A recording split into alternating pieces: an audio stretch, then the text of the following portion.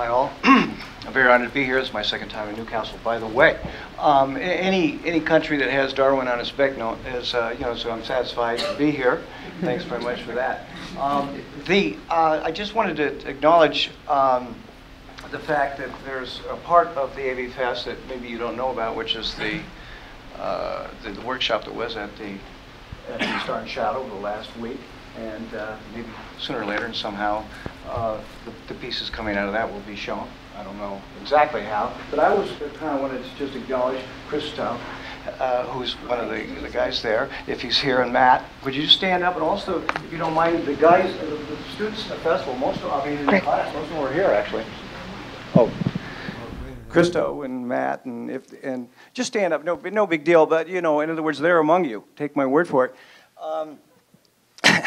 And I'm an educator, and I guess that proves it. But not only that, I'm also a curator and a publisher and an archivist. I'm a filmmaker, but I'm not really just going to show my own work right now, because my project, like a lot of the people presenting in the first half of the morning session, I see my activity as transcending beyond my own oeuvre, and so I wanted to actually just show you 4 pieces, 2 of which are mine and 2 of which are related to my archive. The very first piece I'd like to show really is a clip of my archive. Of all the people that have stood up here today, I suppose that I'm the most underground, I guess you could say. My archive is certainly the smallest. I'm not going to apologize for that. There's about 3,000 pieces in it. You'll see this very short clip here that includes a pan. It's not even a minute long. That kind of shows you exactly how funky the arrangement is. This is about 1/3 of the archive that you'll see.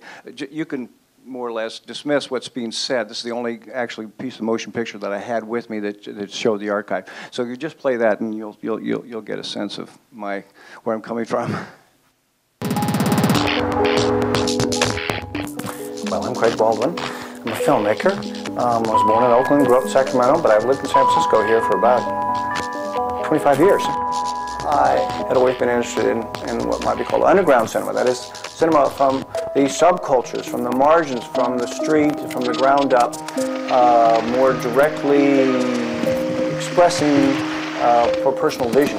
Okay, that's it. Well, anyway, so like I say, it's not really cataloged so well. There's no database. In fact, all this discussion about memory, well, there's, that's where it's really logged, is right there in the old head, and I better not suffer any head trauma because then the archive would really be in trouble.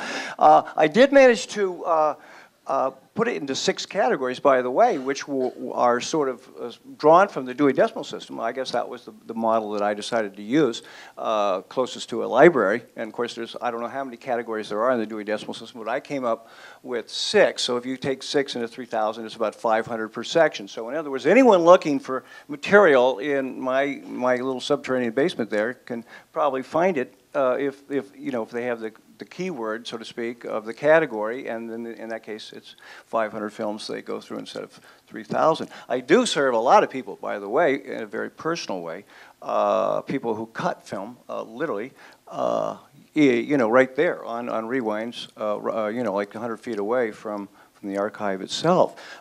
You'll see not to brag, but and nothing compared to what Rick does, but you'll see my name in a lot of productions coming out of the West Coast, and certainly in the United States. I'm very much an advocate of this idea of collage filmmaking or collage essay. You're going to see a little bit of that in a second.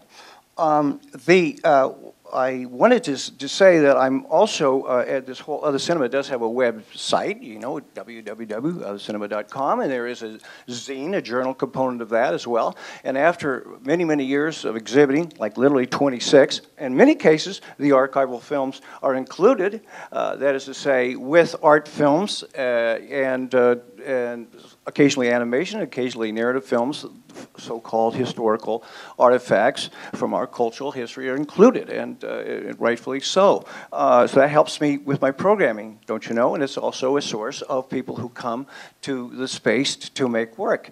And so what we're going to see is something that came out of my archive, I guess you could say, of a artist resident. Sylvia Schettelbauer is her name. And we're going to, of the material you saw, like ×3, she made this beautiful little clip called Remote Intimacy. We're just going to see, there's no head or tail to it really, just 4-minute excerpt from that.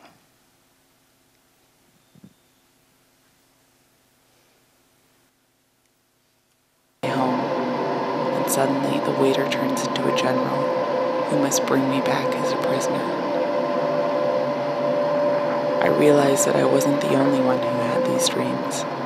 We frequently told each other about our dreams, about not being able to go back.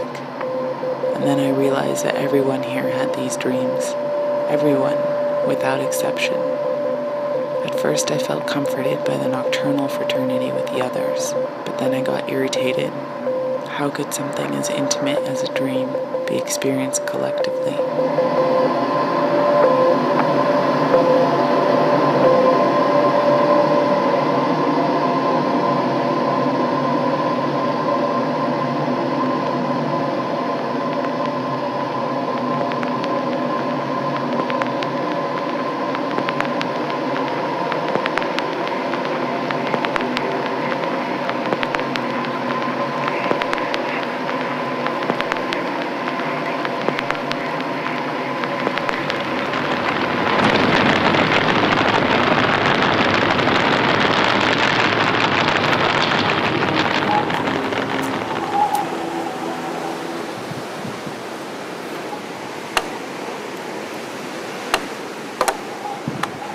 I am in a forest. There is a nutshell on the ground, stepped on and cracked. All things seem to gain a meaning. The green discolorations, the mildew on a tree, damp black blotches on a birch bark, as if they wanted to tell me something.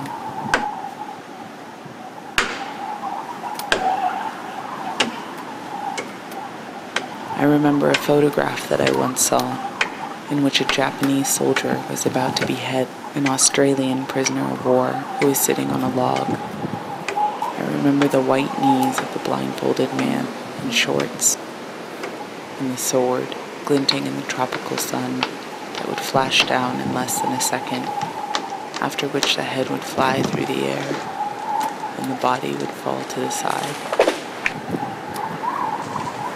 I stepped over a thick, smooth bamboo that was placed across the river as a bridge. Whose feet had beaten down this path had turned it into nature? The reason seemed to flow beneath the water's surface. Somewhere, there was a pile of logs. At some time, a lumberjack had prepared them for the next day, but he had never returned.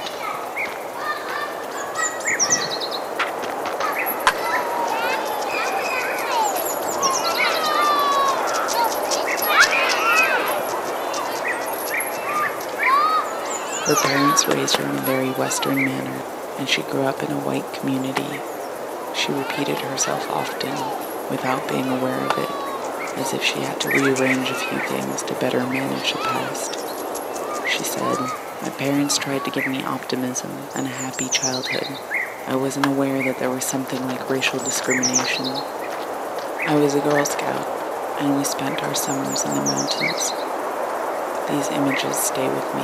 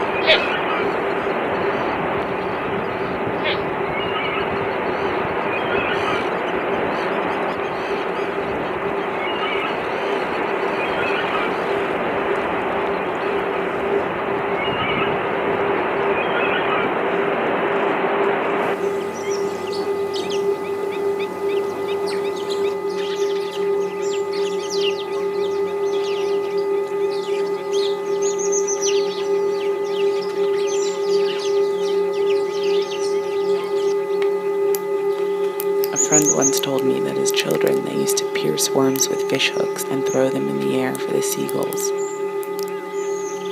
The gulls turned into living kites flying in the air. They either suffocated by punctured throats or freed themselves and later bled to death.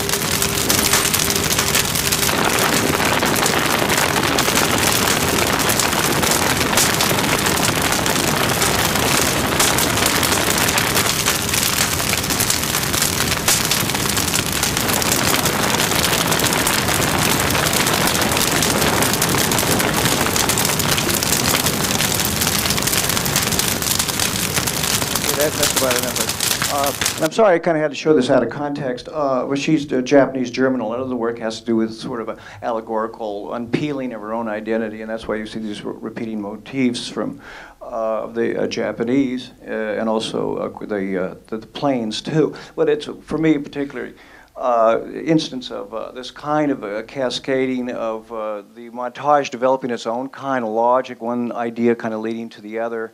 There is a narrative which is something that she wrote, which is kind of a, I guess you could think, a surrealist sort of version of her, you know, kind of working through her own meditation and her own ideas about her own self. But anyway, back to the OC project, this would be typical. What we try to do all the time is to make this stuff available very, very cheaply, I must say. And another thing is not only the showing the work and of course, keeping the archive going, but also producing DVDs. So as Other Cinema has the publishing component called Other Cinema Digital, and my catalog, by the way, is available online for that matter, and I have it here as well as my screening calendars. And I kind of want to just share with you an example of something in the catalog, in the OCD catalog. This is a piece done by a group called Negative Land that actually I did make a film about called Sonic Outlaws about 15 years ago. But in any event, this is again this kind of accretion and accumulation kind of audiovisual essay I just built on the strength of found sound and found picture. Play on.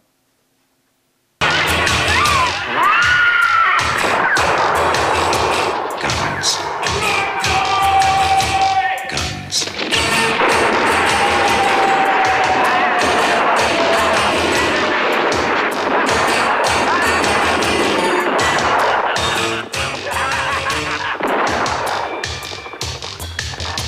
Guns. Hello?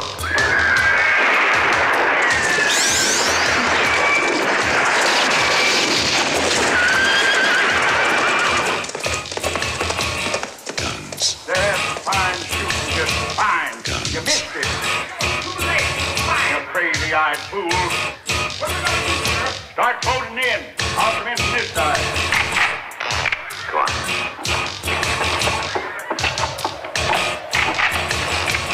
Gun go.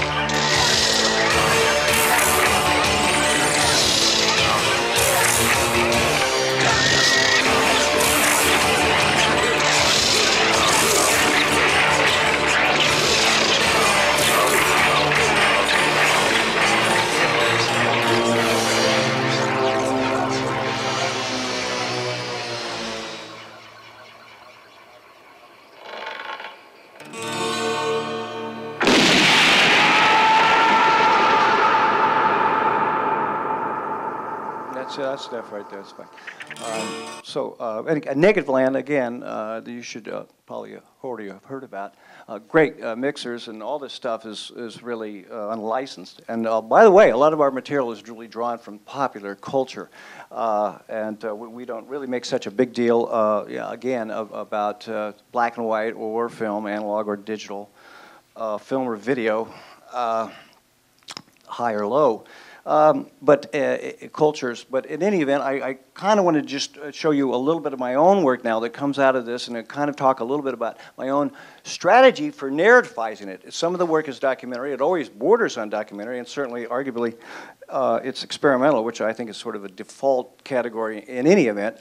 But I made a piece that wanted to talk about the history of technology, especially media technology, kind of in the same way, through an argument made through pictures, really, even though there is interview material in this film. It's called Spectres of the Spectrum. So we're not going to see the science in action, just so you know. The original sort of impulse behind this was a series of films that I got called Science in Action from the Exploratorium in San Francisco. And they happen to be kinescopes, which is the first time that word came up in this room today. But it's a fantastic kind of look to a material that was produced live on television sets, but wasn't recorded as kind of predated videotape, and so it was recorded onto film through a special kind of camera. It was pointed at the out monitor of the set. So I like the look of them, and these happen to be films that were made about science. So I thought they not only bespoke of that period in terms of the actual texture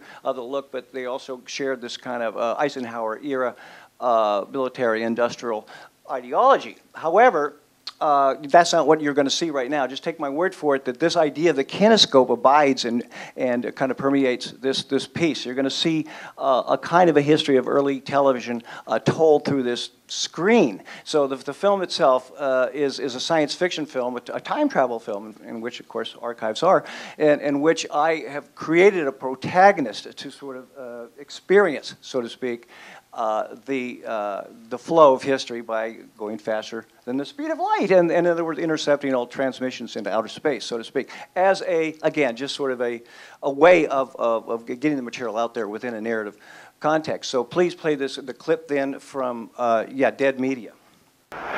Attention. Lots of you boys and girls have written me about the sleek lines of my plane. The Silver Dart. It also contains an amazing mystery device. So secret, I can't show it.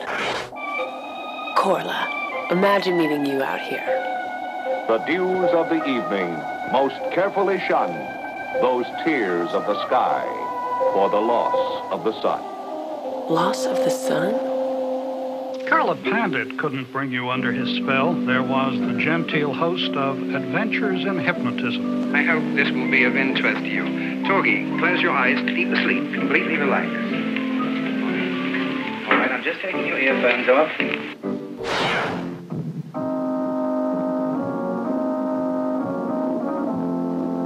Floating graveyards of dead media. Ha! That's a rich one! Oh boy! Humbug! Get out of here!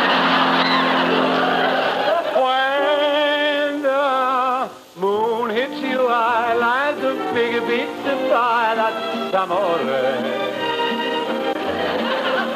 When the world seems to shine like you've had too much wine, that's amore. Bells will ring, ting-a-ling-a-ling, ting-a-ling-a-ling, and you'll sing beneath the bells. Hey! March and play, tippy-tippy-tay, like a gate. He's been shot. He's been shot.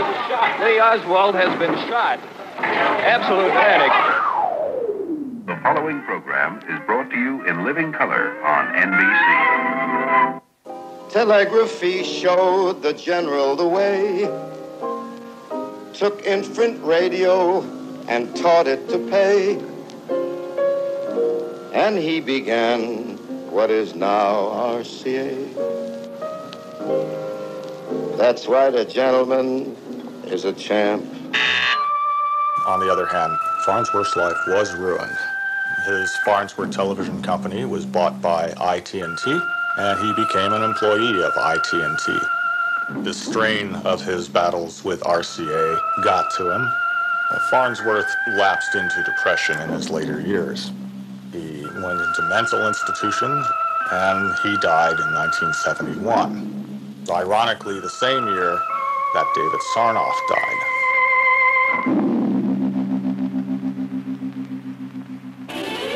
The future of our television story encompasses the entire Earth.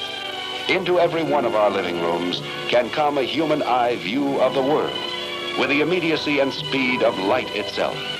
Television, truly the miracle that has put its signature on our century.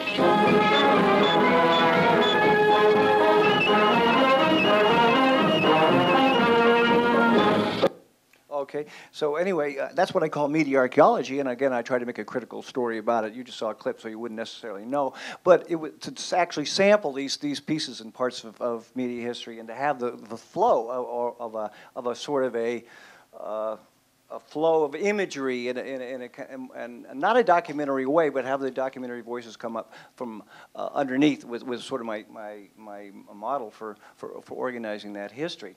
And I've, by the way, just been told that there won't be time for any more, but there might be some questions, so bring them on.